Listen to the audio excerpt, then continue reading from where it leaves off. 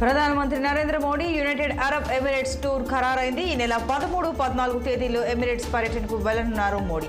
పర్యటనలో మొదటి రోజు ఆ దేశ అధ్యక్షుడు షేక్ మహమ్మద్ బిన్ జాయద్ అల్ నహ్యాన్తో సమావేశమై పలు అంశాలపై చర్చిస్తారు. అనంతరం రాజధాని నగరమైన అబుధాబిలో నిర్మించిన తొలి హిందూ ఆలయాన్ని మోడీ ప్రారంభిస్తారు. ఈ సందర్భంగా అక్కడ ఉంటున్న ప్రవాస భారతీయులను ఉద్దేశించి మోడీ మాట్లాడతారు.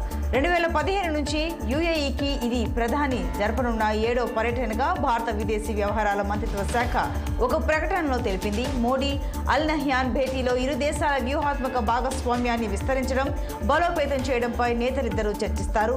ఉభయులకు ప్రయోజనకరమైన ప్రాంతీయ, అంతర్జాతీయ అంశాలపై కూడా వీరు మాట్లాడుకోనున్నారు. దుబాయ్ కేంద్రంగా జరిగే వరల్డ్ గవర్నమెంట్ సమ్మిట్ 2024కు గౌరవ అతిథిగాను ప్రధాని హాజరై ప్రసంగిస్తారు. నిర్లక్ష్యానికి నిలువుటద్దంలా మారింది కామారెడ్డి ప్రభుత్వ ఆసుపత్రి. అరకొర సౌకర్యాలు, వైద్యుల సంఖ్య అల్పంగా ఉండడంతో ఇబ్బందులు పడుతున్న రోగులకు ఆసుపత్రిలో కొత్త సమస్యలు తలెత్తుతున్నాయి.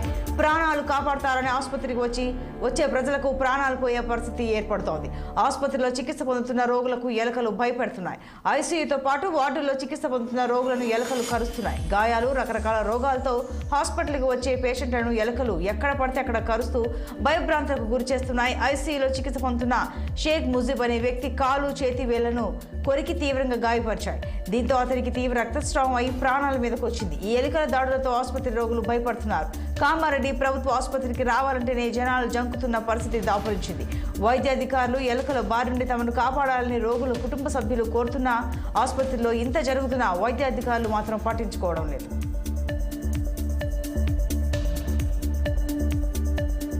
భార్యకు మరొకరితో అక్రమ సంబంధం ఉందన్న అనుమానంతో భార్యను అతి కిరాతకంగా హతమార్చిన ఘటన ఉత్తరాఖండ్లో చోటు చేసుకుంది.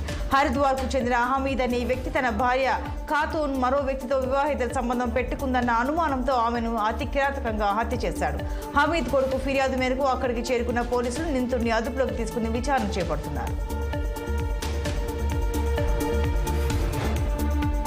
ట్రాఫిక్ పోలీసుల అరాచకాలు రోజు రోజుకి పెరిగిపోతున్నాయి. తాజాగా ముంబైలో ట్రాఫిక్ పోలీసులు రెచ్చిపోయారు. నడి రోడ్డుపై ఓ యువకుడిని ట్రాఫిక్ పోలీసులు కాలుతో తన్ని చెంప చెల్లుమనిపించారు.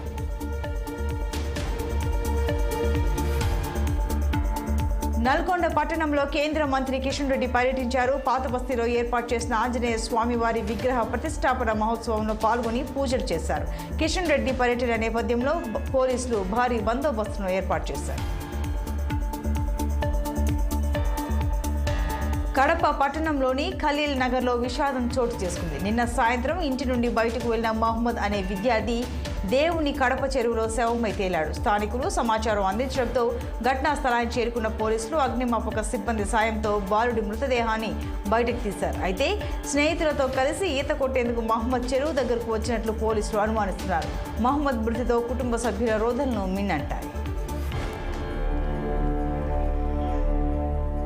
వైసీపీ అధిష్టానం పార్టీలో మరికొన్ని మార్పులు చేసింది. వివిధ పార్లమెంట్ నియోజకవర్గాల వారీగా రీజనల్ కోఆర్డినేటర్లను నియమిస్తూ ఉత్తర్వులు జారీ చేసింది.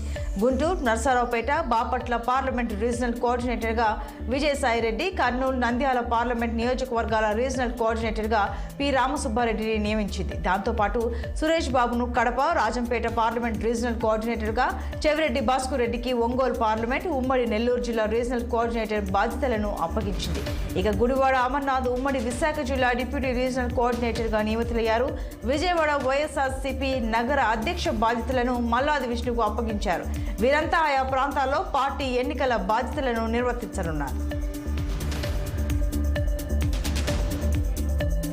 సూర్యాపేట పట్టణంలోని ఎన్టీఆర్ కాలనీలో విషాదం చోటు చేసుకుంది. ఇమాంపేట బాలికల గురుకుల పాఠశాలలో ఇంటర్ సెకండ్ ఇయర్ చదువుతున్న వైష్ణవి అనే స్టూడెంట్ ఆత్మహత్య చేసుకుంది. ఎవరూ లేని సమయం చూసి హాస్టల్ గదిలో ఉరి వేసుకుని సూసైడ్ చేసుకుంది. వైష్ణవి ఆత్మహత్యకు సంబంధించిన కారణాలపై పోలీసులు విచారణ చేస్తున్నారు. తెలంగాణ ప్రజాభవన్లో ఇవాళ కాంగ్రెస్ పార్టీ ఎమ్మెల్యేల సమావేశాన్ని నిర్వహించనున్నారు. ఈ సమావేశానికి సీఎం రేవంత్ రెడ్డి హాజరు కానున్నారు. రేపు అసెంబ్లీలో విడుదల చేసే నీటిపారుదల శాఖకు సంబంధించిన శ్వేతపత్రంపై చర్చించనున్నట్లు తెలుస్తోంది. అసెంబ్లీలో బీఆర్ఎస్ పార్టీకి గట్టి కౌంటర్ ఇచ్చే విధంగా సమావేశంలో చర్చలు జరగనున్నట్లు వార్తలు వినిపిస్తున్నాయి.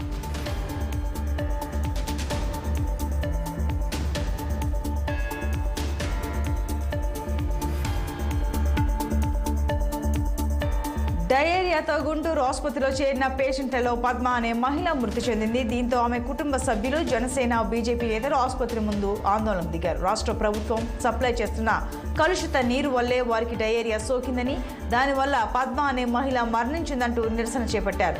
మృతురాలి కుటుంబానికి న్యాయం చేయాలని, రాష్ట్రంలోని వైద్య విధానంలో మార్పులు తీసుకురావాలని ధర్నా చేపట్టారు.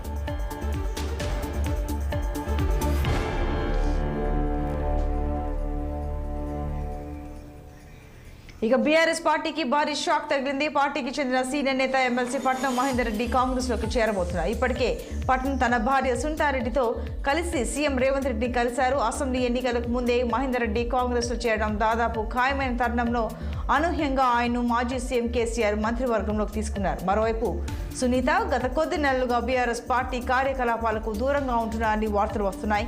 రాష్ట్రంలో అధికారం మారాక మహేందర్ రెడ్డి సైతం కాంగ్రెస్ వైపు మొగ్గు చూపుతున్నట్టు తెలుస్తోంది. మహేందర్ రెడ్డి దంపతులు కాంగ్రెస్ లో చేరడం దాదాపు ఖాయమైందని ఆ పార్టీ వర్గాలు చర్చించుకుంటున్నాయి. ఈ నెల 12 లోపు అధికారికంగా కాంగ్రెస్ లోకి చేరనున్నారని తెలుస్తోంది.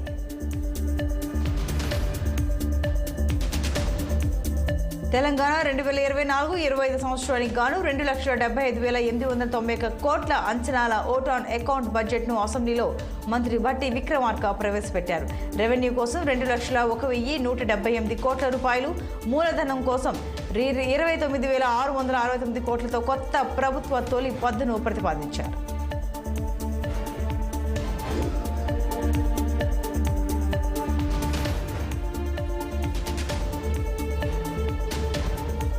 ఇక రాష్ట్రంలో 100 కొత్త బస్సులను ప్రారంభించడం సంతోషంగా ఉందని డిప్యూటీ సీఎం భట్టి విక్రమార్క అన్నారు. కార్మికుల సమ్మెను గత ప్రభుత్వం ఉక్కుపాదంతో తొక్కేసిందన్నారు. ఆర్టీసీ కార్మికుల సమస్యలను తమ ప్రభుత్వం పరిష్కరిస్తుందన్నారు. మహాలక్ష్మి పథకాన్ని ప్రభుత్వం అమలు చేస్తోందని చెప్పారు. తాము ఆర్టీసీపై ఎలాంటి భారం మోపలేదని, ప్రతి పైసా ఆర్టీసీకి చెల్లిస్తామన్నారు. పార్లమెంట్ సమావేశాల చివరి రోజు లోక్సభలో ప్రధాని మోడీ ప్రసంగించారు. ఈ సమావేశాల్లో పలు కీలక నిర్ణయాలు తీసుకున్నామని తెలిపారు. దేశంలో ఈ 5 ఏళ్లలో అద్భుతమైన ఫలితాలు సాధించామని చెప్పారు. రిఫార్మ్, పర్ఫార్మ్, ట్రాన్స్ఫార్మ్ జరిగాయన్నారు. తమ పరిపాలనతో ప్రజల్లో ఆత్మవిశ్వాసం పెరిగిందన్నారు. ఎన్ని ఆటంకాలు ఎదురైనా దేశంలో అభివృద్ధి మాత్రం ఆగలేదని స్పష్టం చేశారు.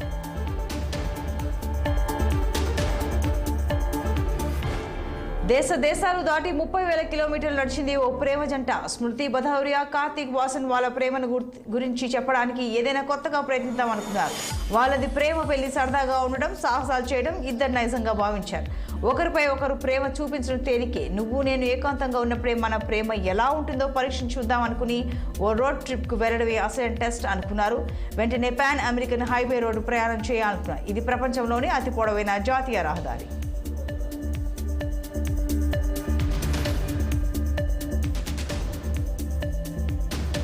కాంగ్రెస్ పీసీసీ అధ్యక్షురాలు షర్మిలపై బాపట్ల ఎమ్మెల్యే కోన రఘుపతి ఫైర్ అయ్యారు. బాపట్ల జిల్లా పర్యటనలో వైఎస్ షర్మిల మాట్లాడిన మాటలు చాలా అభ్యంతరకరంగా ఉన్నాయని ఆయన విమర్శించారు.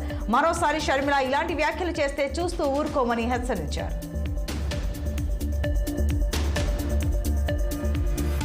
ప్రస్తుత జనరేషన్లో యువత పెళ్లిలో నూతన విధానాన్ని కోరుకుంటోంది. ఇటీవల కర్ణాటకలోని ఓ వైద్యుడు తనకు కాబోయే భార్యతో రోగికి శస్త్రచికిత్స చేస్తున్నట్టుగా ఆపరేషన్ థియేటర్లో ప్రీ వెడ్డింగ్ ఫోటో షూట్ చేశారు. అయితే ఆ దృశ్యాలు వైరల్ కావడంతో డాక్టర్ను సర్వీస్ నుంచి తొలగించినట్లు ఆరోగ్య శాఖ మంత్రి దినేష్ గుండూరావు తన ఎక్స్ ఖాతా ద్వారా వెల్లడించారు. పాకిస్తాన్లో మరోసారి ఎన్నికలను ఆ దేశ సైన్యమే నిర్ణయిస్తోంది. మాజీ ప్రధాని షరీఫ్కు అనుకూలంగా ఏకంగా సైన్య అధ్యక్షుడు రంగంలోకి దిగారు. షరీఫ్ నేతృత్వంలోని సంకీర్ణ ప్రభుత్వాన్ని ఏర్పాటు చేసేందుకు పావులు కదుపుతున్నారు. పాకిస్తాన్ జాతీయ అసెంబ్లీలోని 265 స్థానాలకు ఎన్నికలు జరిగాయి. ఇప్పటి వరకు ప్రకటించిన ఫలితాల్లో పీటీఐ మద్దతిచ్చిన 100 మంది స్వతంత్ర అభ్యర్థులు గెలుపొందగా నవాజ్ షరీఫ్ పీఎంఎల్ నుంచి 71 మంది అభ్యర్థులు విజయం సాధించారు. ఈ నేపథ్యంలో నవాజ్ షరీఫ్ను ప్రధాని చేసేందుకు జనరల్ ఆసిమ్ మునీర్ ప్రణాళికలు చేస్తున్నారు. ఇజ్రాయెల్ హమాస్ మిలిటెంట్లే టార్గెట్గా చేస్తున్న దాడులు గాజాను వణికిస్తున్నాయి. ఇటీవల దక్షిణ గాజాపై దృష్టి పెట్టిన ఇజ్రాయెల్ సైన్యం రఫా నగరంపై దాడులను కొనసాగిస్తోంది. నిన్న ఆ దేశ వైమానిక దళం చేసిన దాడుల్లో 44 మంది పాలస్తీనా వాసులు చనిపోయినట్లు అధికారులు వెల్లడించారు. వీరిలో 12 మంది పిల్లలున్నారని గుర్తించారు.